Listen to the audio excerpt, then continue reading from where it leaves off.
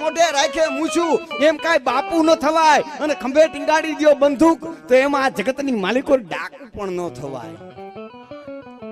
આવી કદાચ મોટી પહેરી લ્યો માળા તો એમ કાંઈ ભગતના દીકરાય ન થવાય અને એમ તમે ભગવા ધારણ કરી લ્યો તો એમ આ જગતમાં સંત પણ ન થવાય. તો આસારામે અમારી ભેગો ચા જ પીતો તો જોધપુરની જેલમાં.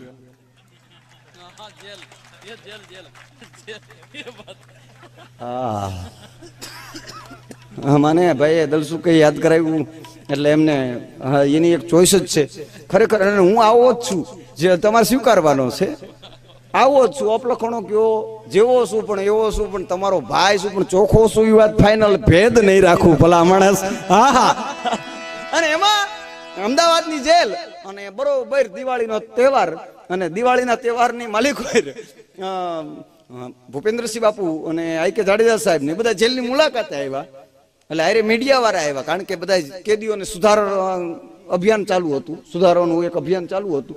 એટલે 302 ના તો મતદારની સામે માઇક્રોફોન રાખે અને પૂછે કે કદાચ છે કાલે હવે તમને ગુજરાત સરકાર માફી આપે તમે શું કરો? કે બસ હું બહાર નીકળીને ડાયો થઈ જાઉં કારણ કે ત્યાં તો આ જ વાત કરે ને. તે પછી અલગ અલગ કલમો વાળાને બધા પૂછતા હતા એટલે બધા ડાય વાતું કરતા હતા કારણ કે જેલમાં હતા. હલવાણેલો સિંહે હારું બોલે. એમાં પાસા વાળાને પૂછવાનું હતું તો અમારા ખરાડી સાહેબ સુપ્રિન્ટેન્ડર હતા એ કે ભાઈ અમારા દરબાર રહ્યા ને મહીપતસિંહ ઈ પાસામાં જ છે એમને જ પૂછો ને. એટલે મારી આમ માઇક્રોફોન રાખ્યું મને કે મહીપતસિંહભાઈ ગુજરાત સરકાર છે પાસા એટલા માટે થઈને કરે છે કે તમે બહાર નીકળી અને ગેરકાનૂની પ્રવૃત્તિ ન કરો તો આના માટે તમારું મંતવ્ય શું કે છે? મેં કીધું હાવ ખોટી વાત છે. તો મને કે કેમ? મેં કીધું બહાર હતો ત્યાં સુધી હું 30-35 પેટી વેચતો. અહીંયા આવ્યો ને ખટારા વાળાનો કોન્ટેક્ટ થઈ ગયો. હવે કાંઈ નક્કી નથી. આ તો ગેરકાનૂની પ્રવૃત્તિ શીખવાની એક મોટી યુનિવર્સિટી હોય, એક મોટી નિશાળ હોય એવું મને લાગે છે.